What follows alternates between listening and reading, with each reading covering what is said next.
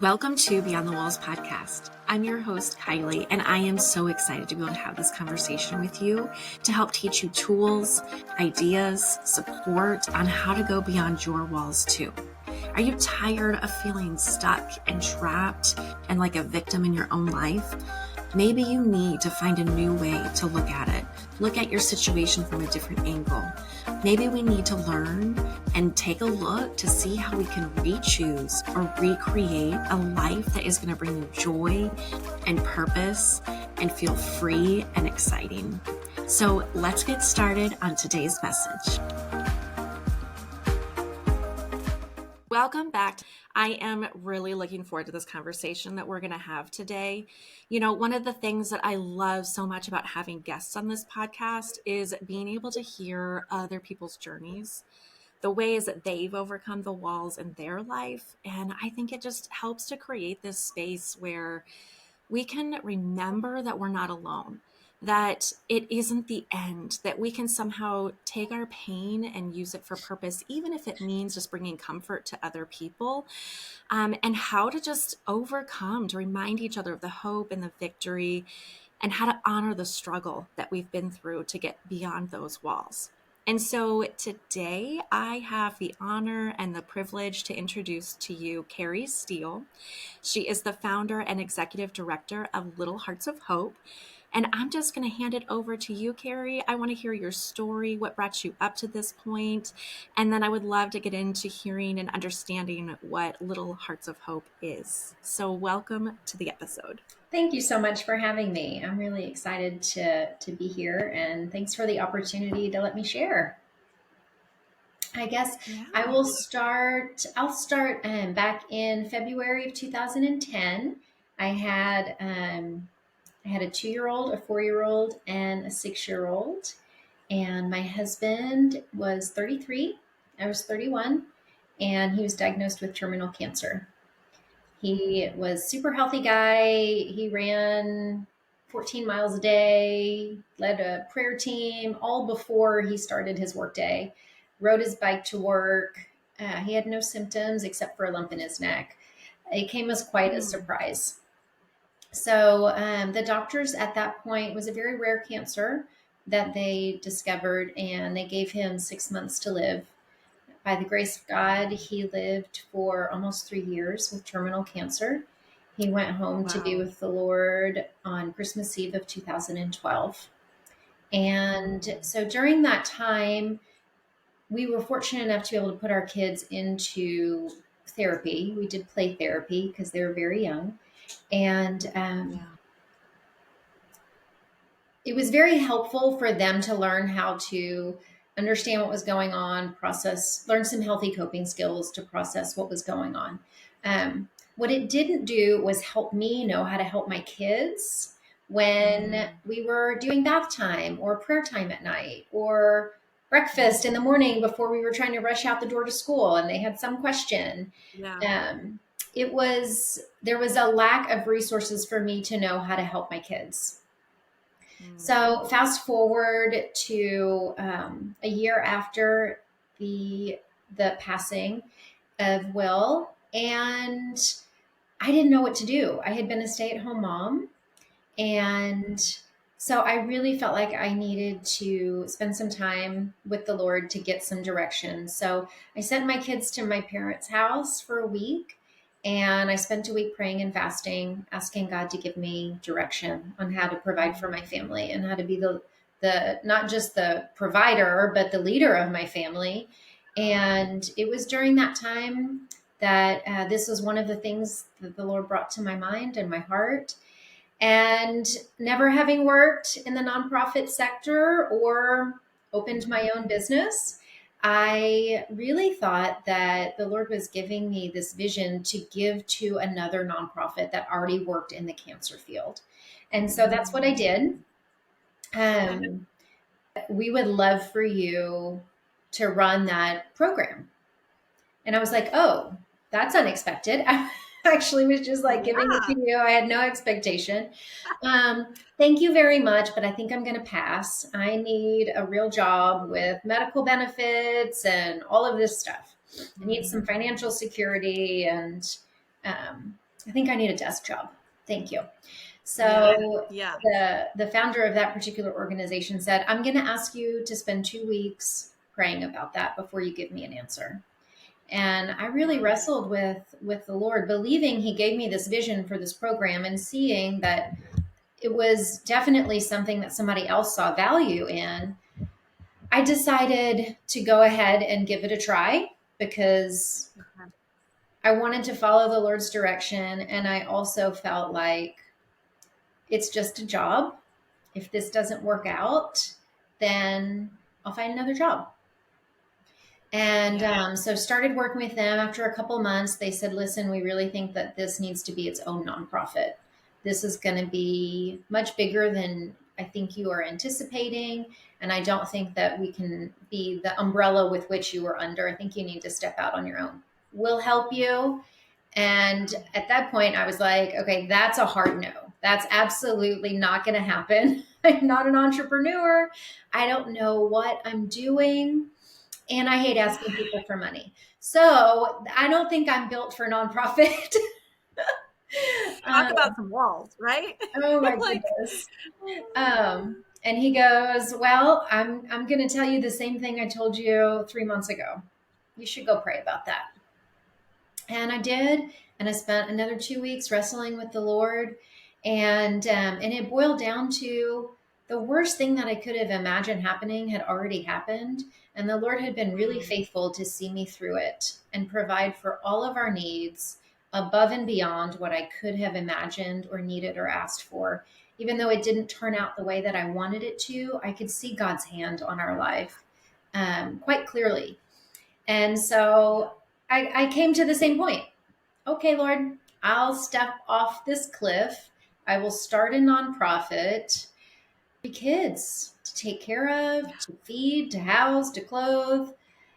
If I can't pay my bills, I'm going to have to walk away. I will do this as long as you allow me to make enough money to pay my bills. 10 years ago. So faithful in providing funding and the right people to teach me the right skills, and it's been a very steep learning curve, but it has been so rewarding and so fulfilling and so faith building for me to get to work in an environment where the I get to see beauty from the ashes. I get to work with people on a daily basis that have a desire to give, whether it's their time or their energy or their skills or their money. I'm surrounded by giving people all day, every day, and it's so beautiful. Um, and and helping others and mourning with those who mourn and rejoicing with those who rejoice, that's a calling on everybody's life. And so I Yeah. get to do that every single day, and it's crazy Yeah. to me that I even thought for a minute, I don't want to do this, or I'm not equipped to do this. It's Yeah. not me, it's God, and I get to see Him at work on a daily basis. And Yeah. it's the most exciting thing I could have ever imagined doing, and I get to do it every Yeah. single day. Yeah. Yeah. Wow. That is such an exciting journey of faith. And I think that's my favorite scripture that you referenced, which was Ephesians 3:20, that God can do immeasurably more than we ask or imagine. Mhm. You know, and I think just seeing that, what you've done with it, every step of the way, really honestly, it sounds like what you've been willing to do is every wall that's come your way, every like, what is this? I'm scared. Are we gonna shrink back in fear, or am I gonna go out in faith? And being able to look at it and just say, what is possible, right? Like, what if it's not my way but yours? Like, what would be even better and crazier than I can imagine or ask Yes. somehow, right? And Yes. it sounds like, I think all of us can relate, even if we haven't had that exact, just the loss of the husband and the situation that you found yourself in, and then needing to provide for your family at the root. And I think that's what I love so much about people sharing their stories, is that it's not so much in the circumstances that make us relatable, because I can come alongside you even though I haven't had those same circumstances happen, but still that the facing up against, what am I going to do in this face, in this wall that's in front of me? what is bigger than me? Like, what could happen? And then are we going to choose to go out on faith, or are we going to shrink back and hide? And I think it's such a beautiful just testimony of being able to lean into the struggle. Right? Like, I'm sure, I mean, that was a pretty quick glaze over all of it. I'm sure that there were so many hard days. But then we get to have those moments of like the ways to celebrate, that make it all worth it. That's like, okay, I'm not just, it's not for nothing. Um, one thing I was thinking about is when you look back, I'm curious if you can see how maybe like your whole life has been preparing you to be in a position where you could lead a nonprofit and start your own business and be in this role. You know what I mean? Like some of the character or the talents and the natural skills that you have that align with this work, that wasn't because you lost your husband, but through that you were able to use your talents. Does that question make sense? It Like, does. what was before Will that you're like, wow, I've been being prepared my whole life for this? Yeah, absolutely. I would say I'm a very organized person, and I have a very high capacity for Mm, working.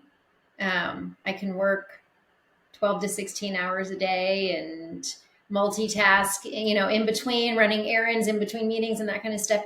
I know that a lot of people don't function that way.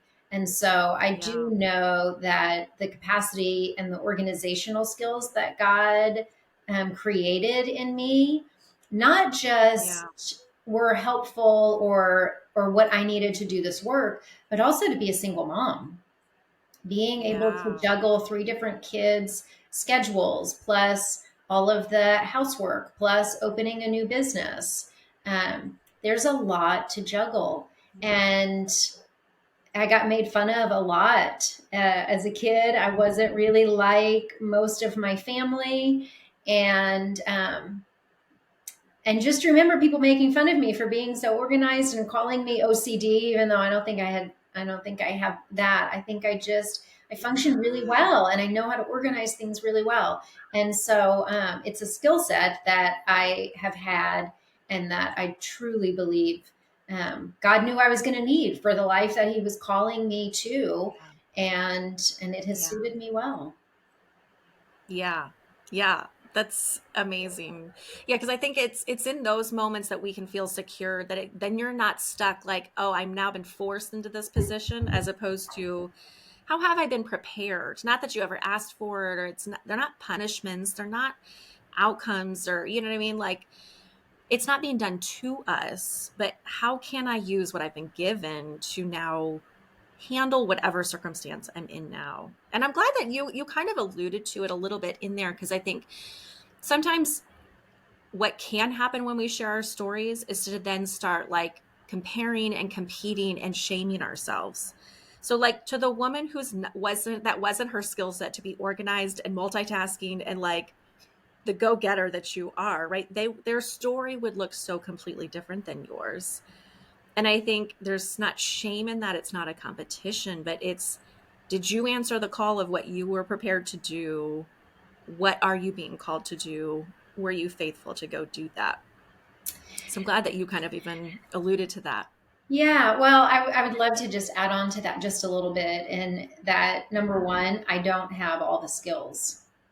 That is one of the things that I learned very quickly. And it was finding the people who did have the skills and who had the same Mm, passion for what I did.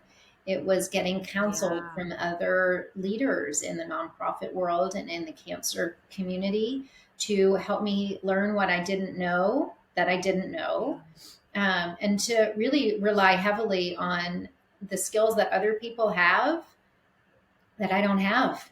I can't do it all. yeah, And so we have to surround yeah, ourselves with people. God gives everybody different gifts. Mine happens to be organization. Somebody else's is something else. Um, yeah, but we have to work together. We can't take it yeah, all on.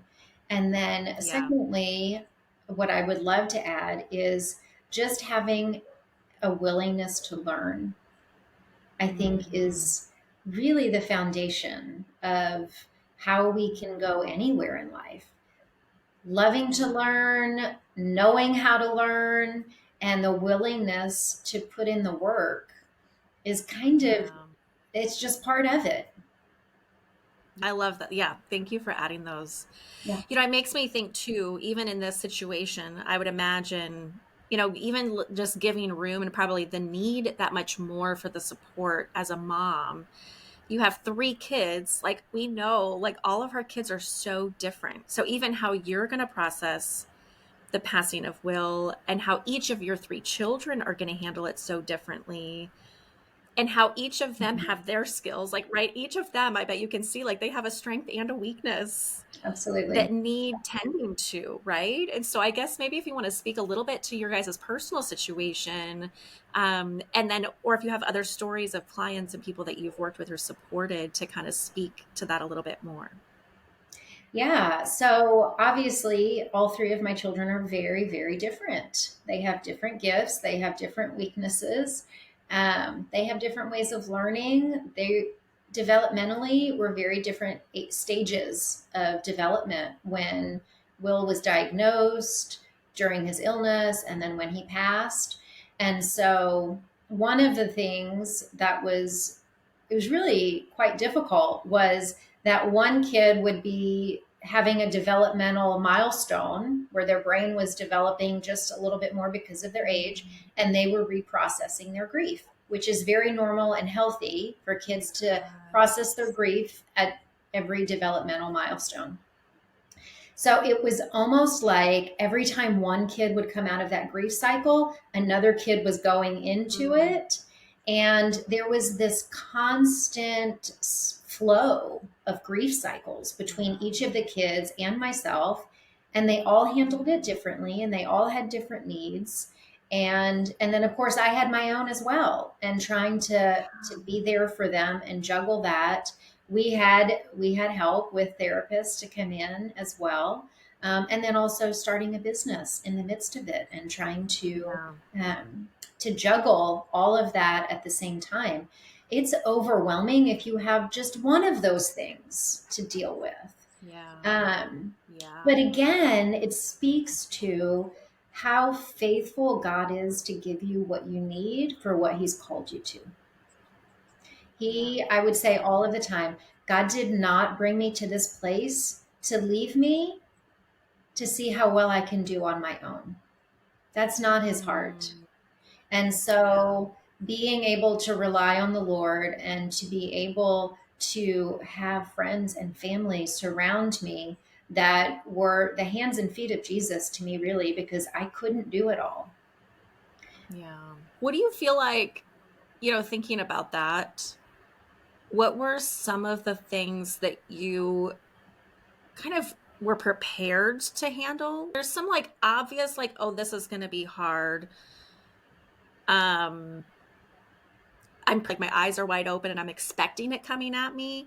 To then, what was something that was like really surprising that you were caught off guard about? Like, what would be, some of those situations? I think that because his illness lasted for a while, I had really walked into single parenting to some degree during that time. So I Yeah. knew I was the only one who could run the errands. I was the only one who could do the school stuff and the homework and the meal planning and the cooking and the cleaning. He was very, very, very ill, and he did do what he could when he could. But I think I walked into single parenting feeling like, okay, I've figured out how to do this to the best of my ability in relation to the tasks that needed to be done. There was also a level of anticipatory grief that goes on when somebody's sick for a very long time, and I Yeah. thought, okay, I have some grip as to what this is going to feel like. Mm. That was not true.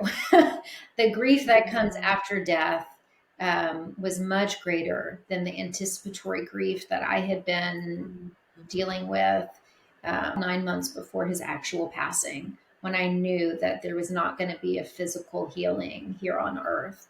Mm. Um, so the grief that came after, and then how differently my children were going to grieve, was a shock. Mm. It was quite a shock Yeah. for me. I did not realize how many different ways grief could look. Yeah. Yeah. Yeah. That would be really hard to navigate for sure. Did your counseling, so you guys got counseling for your kids before he passed and then continued afterwards, or when did that kind of happen? Yeah. So they told us he had 6 months to live. And I thought, well, we need to get into counseling right away so that we have somebody on board that they've already built trust and know how to communicate with. So they were in counseling within, I would say, 2 weeks of his diagnosis. And we did continue counseling for about 2 years after his passing on a regular basis. And that included play therapy. We tried music therapy to see if that was helpful. So my kids were very musically inclined. Their dad was very Mhm. musical. So I thought that might be a beautiful way for them to process grief in a way that would connect them to him. Yeah. And then we also did grief support groups. There was one, I think it's still around. It's called Journey of Hope, where they Mm. once a month you get dinner and the kids get together with other kids who have lost a parent or a sibling, and then the Oh. adults meet separately. And for my kids, it was nice for them to have other kids. They didn't have to explain what was going on. It was just kids who got it. And I Yeah. think that's part of the healing process too. And why God has allowed us such an amazing capacity to use our own struggles to help other people. There's something healing Yeah. in it. Yeah. Yeah.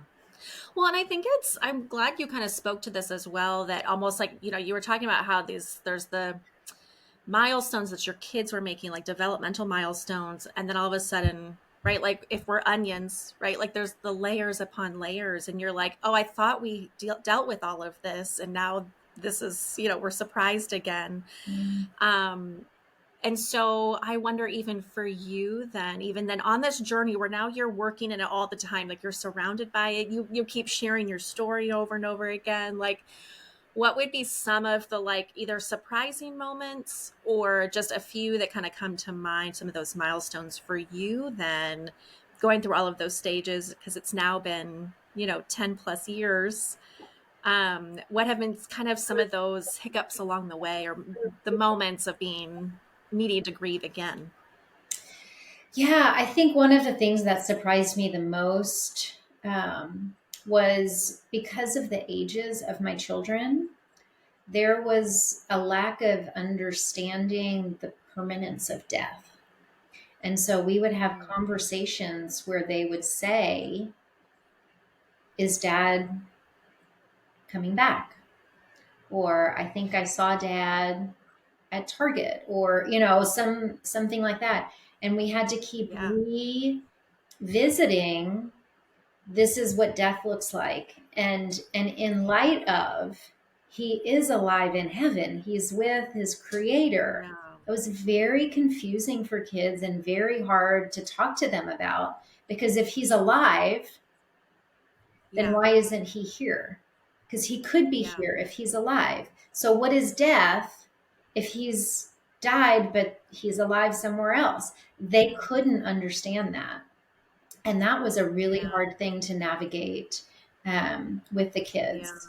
And then you have the milestones Yeah. like the graduations and the sweet 16s and the driver's license. And there was an episode, one of my daughters, her friend said to her, after her dog died, now I know how you feel because my dog died this weekend. And even in Yeah. her young age, she Mhm. thought, that's not the same. That's not the Yeah. same. And that doesn't feel good. but she didn't know how to process that. She didn't know how to talk about that. And Yeah. I got a phone call from the school counselor that there was an incident at school and I needed to come pick my girl up.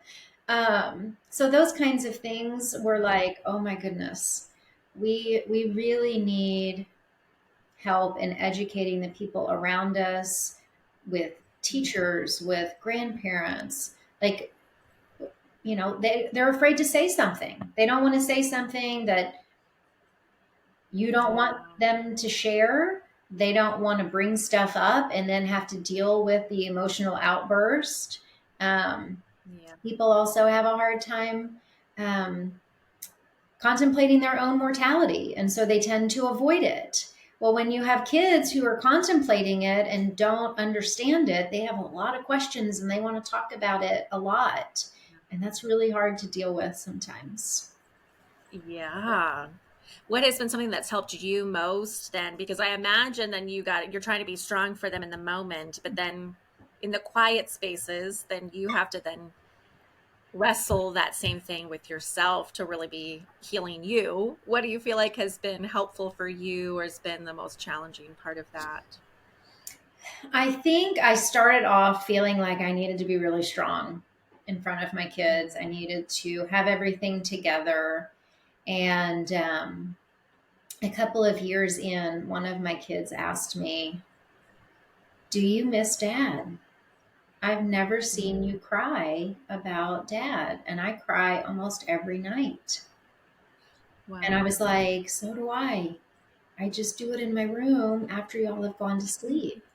And this sweet Yeah. little baby said to me, and baby, they were babies, they were a little older, but said, Still are babies. yes, yes. Said, "I wish I saw you as sad as Mm. I feel, because it would make me feel Mm. like my sadness was okay and normal, like a ton of Yeah. bricks." Mm. But I was Wow. afraid to grieve in front of them Yeah. because I felt like I couldn't take care of them if I was in my own mess. And so that was Yeah. something that I really had to bring to the Lord and show me a balance. Yeah. Show me how to do this, because I don't know how to do it. I thought I was doing it right, but clearly there was some Yeah. missing pieces. Yeah.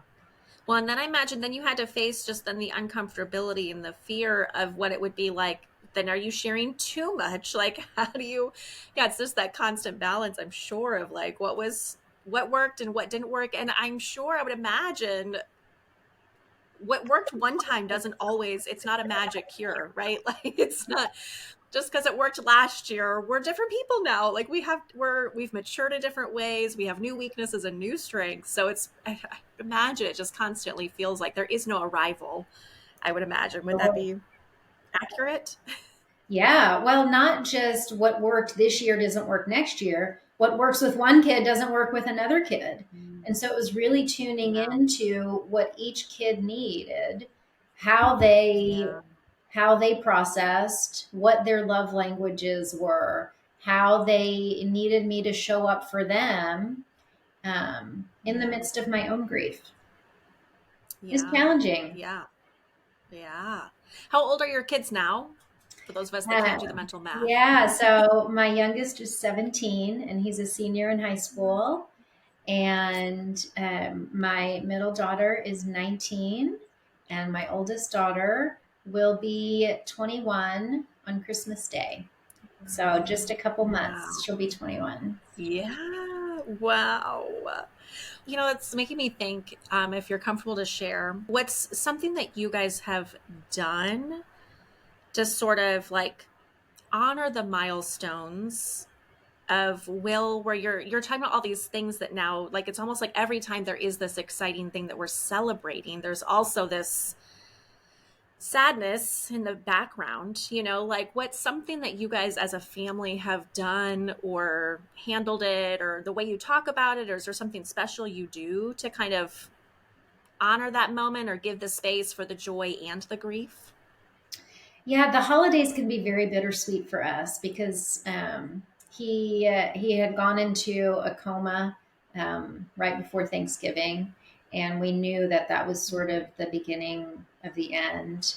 And then he passed away on Christmas Eve. So my kids call fall their grief season, and we Mm, even lost one of our puppies a couple years ago on his birthday, which happens right before Thanksgiving too.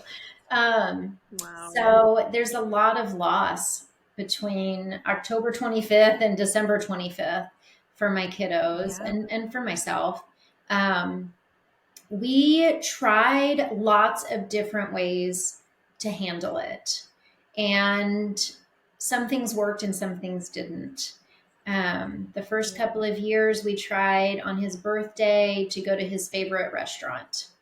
Well, Mm, two of my kids loved that. One of my kids hated it and mm, dreaded doing it. So we found other ways to celebrate by doing stuff at home so that they could feel like we were still remembering him and the fun times, but doing it in the privacy of our home so that if there was yeah. that big grief wave, we could do it in private instead of being afraid of it happening in Yeah. public. Um, Yeah. we released those Chinese lanterns one year. And Mm, while we were doing it, I thought, this is probably the dumbest thing I've ever done because I'm looking at these floating lanterns with fire on the inside floating up, thinking, is this going to catch fire? Is this going to hit a power line? Is this going to, get stuck in a tree? Um, it seemed like a really beautiful thing and the kids were super excited about it and we did it and I was like, this is not so stressed. this is not smart. Yeah. um, we did try and take a trip together during that season, because I wanted my kids to also, even though that bad memory was not something I could take away, Christmas is always going to be a very mixed bag, especially for my daughter who was born on Christmas Day. So her dad died on Oh, Christmas Eve. Her birthday is Christmas Day. Um, I just thought I need to build some really happy memories into that as well. I can't take away the yeah. pain, but it doesn't have to Yeah. be all pain. And so Yeah. allowing ourselves to have fun and do things that we enjoy and create memories together as a family, where we are Yeah. playing together, was a really important thing for me to do to create some balance in there. Yeah. Yeah. I think I hear a lot from people that have been in those kind of situations of just there's almost like the survivor's guilt or like there's just that confusion of like how can we be happy again, and there's so much pressure, right? Like to either if you're going to still be alive then make the most of every opportunity, like maybe just pressure is a good word. I don't know what word you would use for it, but between guilt or pressure or we're not good enough or undeserving, like man, like just how challenging it is to still find joy in the moment and still be able to live life and have fun. Yeah, I think it's the reminder that I was constantly giving myself and my kids is that um, dad does not want you to be sad and depressed for the rest of your life. Yeah. Everything he did was to help you have a life that you enjoy and that you love and filled with joy. And so Yeah. we're honoring him when we laugh and when we play and when we do the things Mm, that fills up ourselves. It really is a way to honor your father. And yes, yeah. there's grief. And yes, it's complicated. We can't take one away to have the other. You now have to walk with both. And Yeah. at some point, everyone does. Unfortunately, Yeah. you have to do it for most of your life and at a very young age. But that is something that's going to be with you forever. And it's okay. Yeah. Let's just Yeah. normalize it. Let's accept it. And let's build space in those things to allow us to be sad when we have those feelings, to be able to talk about it in a safe place with safe people. But let's not stop living. because that's the Yeah. last thing your child Yeah. would want. Yeah. So I imagine that might be a great segue to tell us more about the Little Hearts of Hope. Like how did it begin? So just for clarification, was it a branch from the organization you were working with originally, or was it kind of just your vision originally, or how did it kind of start? And then what do you guys do? Tell us about what you actually do. Yeah, so this was the vision that I had in that week of praying and fasting, that I thought I would just give to that other nonprofit. And they were like, you need to run with this. Um, so what it is a package program, sort of like those subscription services where you pay and you get a package every month. This is free for our families, though. We do not charge our families anything to be a part of this. We are funded by fundraisers and donors and grants.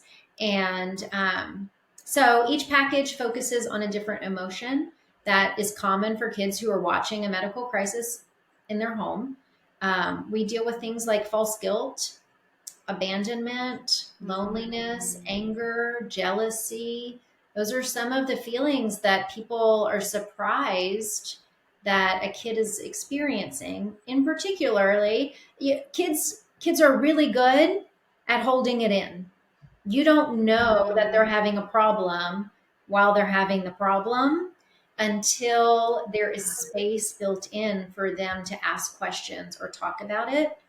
Um, so the idea behind this was, let's give these families everything they need to do these activities. So one is based in play, one is based in art. We're not actually therapists. What we're doing is teaching healthy coping skills. So when you are feeling angry, where are you feeling it? Let's talk about where that is in your body so that you can develop the emotional intelligence to be able to communicate that to the adult that you're near, that can help you, give you space to talk about it or deal with it. Anger in particular has a real physical outlet it has an energy to it that you have to release. So what are some ways we can do that in a healthy way? And so we send these kits, we send instructions for the activities, all of the materials they need for the activities once a month for a year. So it's 12 packages. And then because we are a faith-based organization, in those packages, we include a parent letter. And that parent letter includes sort of a story of how God walked my family through that particular emotion. And then all of the scripture verses that talk about that emotion from the Word of God. Yeah. Because I think it's super important to filter our emotions, which are a gift from God, through scripture to know how to handle them properly. And so the parents can choose how much they share with their kids.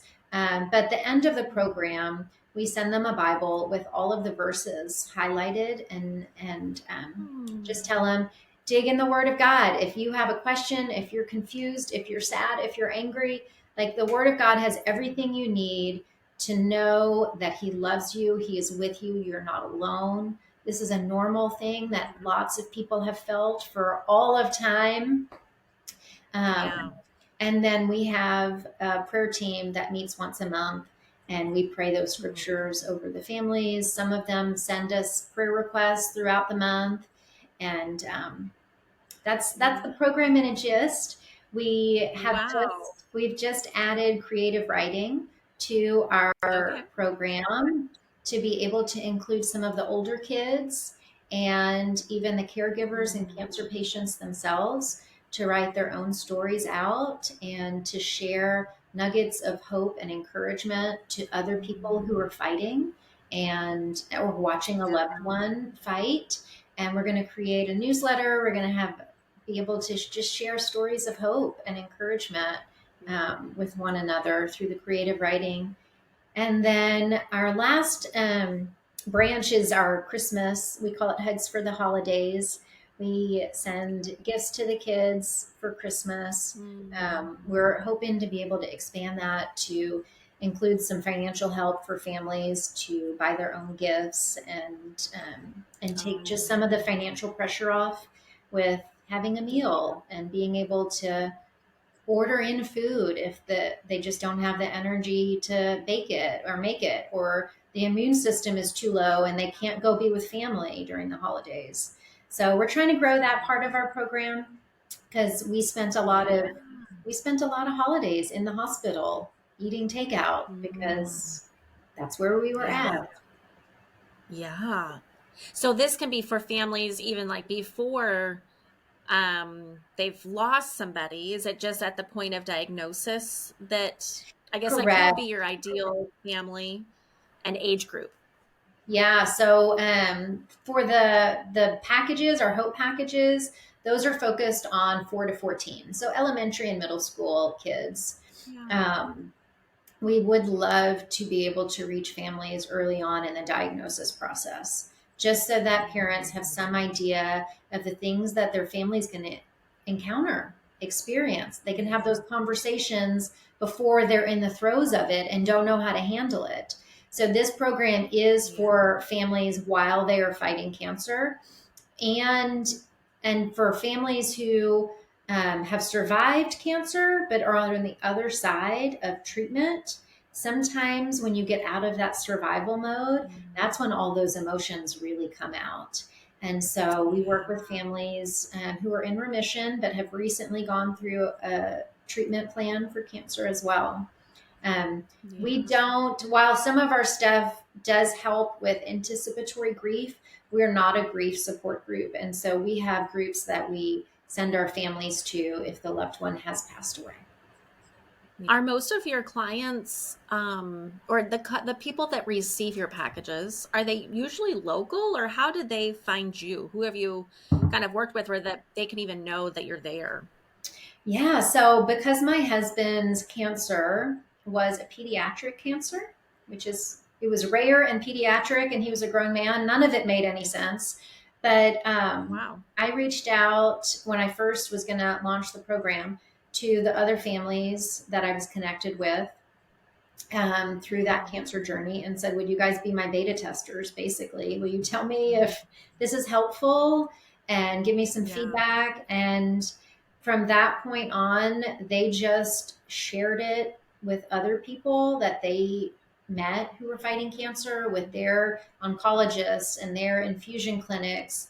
We haven't actually marketed our program at all. Wow. We are in 38 states, which is possible because of the way we do our program, which is mailing it for the families to work on Yeah. together. So we're in 38 states, and we are we're based here in Frisco, Texas. My office is in McKinney, Texas, and we really would love to grow our ability to serve more families in our community. But Yeah. we're everywhere. We can be anywhere within the United States. Yeah. That is amazing to be able to just reach that many people, whoever needs it, and to not be limited by that, right? Do you have volunteers that help like stuff these envelopes and mail them? Like, are there volunteer opportunities for people that Yeah, live close by that they could there help? are. Yes, we have packing parties about once a month. It changes a little bit around the holidays. We try and set aside time in the holidays for our board and our volunteers to spend time with their own families. But like the first 7, 8 months of the year, about once a month, we have a packing party where Okay. we will do supply drives. That's another way people can get involved, is to collect supplies Mhm. for us. Um, in particular, around the holidays, you can sponsor a child instead of giving a gift to someone, maybe somebody who has everything. We send them a certificate and let them know. Or you can have, for your, instead of a white elephant for your family or your office party, you could collect a supply that we're in need of replenishing our stock. Um, Mm, so supply drives are great. They're great ways for kids to learn about volunteerism and how to give back. And we give service yeah. hours for that for kids who need Oh, them. cool. Yeah. So, yeah, packing parties, supply drives, and then our fundraising events, we always need volunteers to help us with setup and cleanup and serving and Mm. getting donations and sponsors to help us put the event together.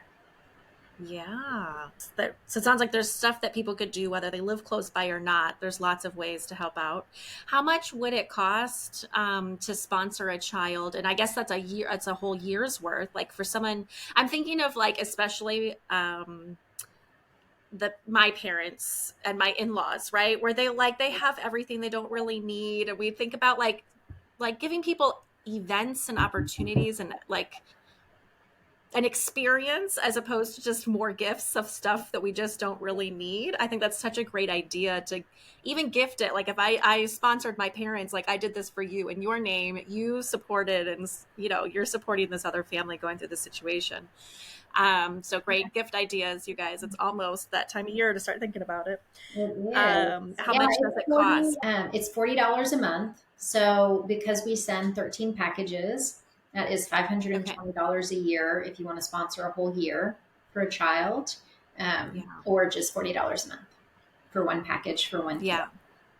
which is half the cost Yeah. of And then a therapy session. honestly, yeah. How much do you have to spend extra for the gifts, or is that a whole nother volunteer arm where you're having corporations like sponsor money for gift purchasing? Would that, with your membership, would that include a gift at Christmas time? Our Hugs for the Holidays program is a separate. The 520 for the year is just for the Hope packages. We do Okay. work with Build a Bear in getting donations from them, and then we have a beautiful group out in McKinney. It's called Our Savior Lutheran Church. They have a sewing club that makes clothes for the bears that we send Oh, with them. Isn't that a fun idea? yeah. That's such a cute idea, though, to make the clothes and special, unique little gifts. That's awesome. Yes, yes. Well, it goes to what we I were love talking about at the very beginning, where God gives everybody different gifts. I do not have the ability to sew Build a Bear clothes, but there's a whole Yeah. group of women who it is their joy to spend the year making little clothes for these bears that are going to go to these families. And they're praying over the kids that are going to be receiving it. They're using their gifts and their talents, and it brings them joy and they're blessing other people. It's just, I love how everybody can contribute in their own way. Yes. Yeah. And that's the best way, right? Like, how do we use these stories when we share about our personal experiences to use it to spark our own purpose, right? And not in the competition of, or to feel like we have to go start this whole huge nonprofit, right? Like, we can still make a difference without it having to become this whole big, huge thing. Like, what's the little thing I'm going to do just to start in my own heart, in my own home, maybe to a neighbor, maybe to just one person, and not put the walls up, right? Where we limit ourselves to not being able to do more than we actually could because we shut ourselves off, right? Like we just close the door on ourselves just for fear. And I think it comes back into that, right? Where we just, how can we just choose to say yes, to be faithful and to not hold back in fear? And there's moments, right? Like I think you've even shared that a lot through this journey of like the healing isn't linear and grief is still going to come and it's allowed to look different for every one of us. And how do we just keep leading by example? It sounds like that's what you've done most with, especially for you and your kids. Like, I'm just going to learn along the way. We're going to try stuff. We don't have to do it again, right? Like, we don't, just because we started something doesn't mean we have to put it in cement and do it forever. We're allowed to Yeah, change the story. yeah. I think I have two thoughts on that. One is just take the next right step. You don't have to have the whole journey planned out to start moving in the right Yeah. direction. And then also, don't be afraid to fail. If you try Yeah. something and it doesn't work, you were faithful in what you thought you were supposed to do, and there's beauty in Mm, that. And then you learn something that either that doesn't work, and so you try something else, or that wasn't for me. But I did what I thought I was supposed to do, and I think God honors that desire in our heart to follow Him, and He is so faithful to yeah. show us the way. He really is. If Yeah. we stop and Yeah. listen, He is so faithful. Yes. Yeah. I love that. And we don't have to know the end of the journey to be on the journey, just the next right step. It's Yeah. perfect. Well, Kerri, thank you so much for your time today. I think we covered it all. Any last either plugs for the program or just thoughts of encouragement to families that might be in this situation? Yeah, thank you. I would love to just say we have 2 events coming up that we are looking for people to come attend, and also business sponsors to be a part of advertising through to our donors through our events. And that is Boots and Boogie at Gather in downtown McKinney on October 25th, and our Okay. Plant and Sip, which is at Grandion in Frisco on November 2nd. Details for both of those events are on our website, littleheartsofhope.org. You can go to the events tab of that page.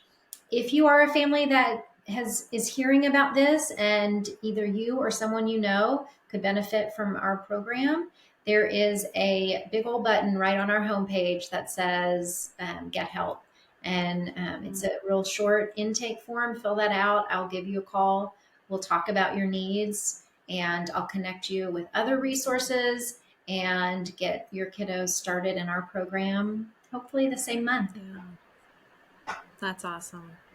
I love that. Well, and I'll put all of this information in my show notes as well, and links, and be looking out on Instagram. I'll post the events that are happening as well. So anybody that's listening and wants to definitely support such a beautiful program and organization to be able to just help bring hope to the littles and to the moms, right? Like, how do we just come along each other in the journey? We don't have to know what to do, but just do the right next step. That's Yeah. beautiful. Yeah. Well, Thank thank you you so so much, much. Kerri. Thank you. All right, everybody. You're welcome. Have a great day. Thank you for joining me today. I hope that brought you a lot of encouragement and some information to be able to apply to your own life and to start taking down those walls that are in your way. What is that one thing that you want to take on and take with you today? I would love to hear from you and to hear about it. Follow me here on the podcast so that you're alerted and don't miss any upcoming episodes. You can find me on Instagram or even on my website at beyondthewallspodcast.com. If you want more help, I offer one-on-one coaching and would love to connect with you. Until next time, have a great day.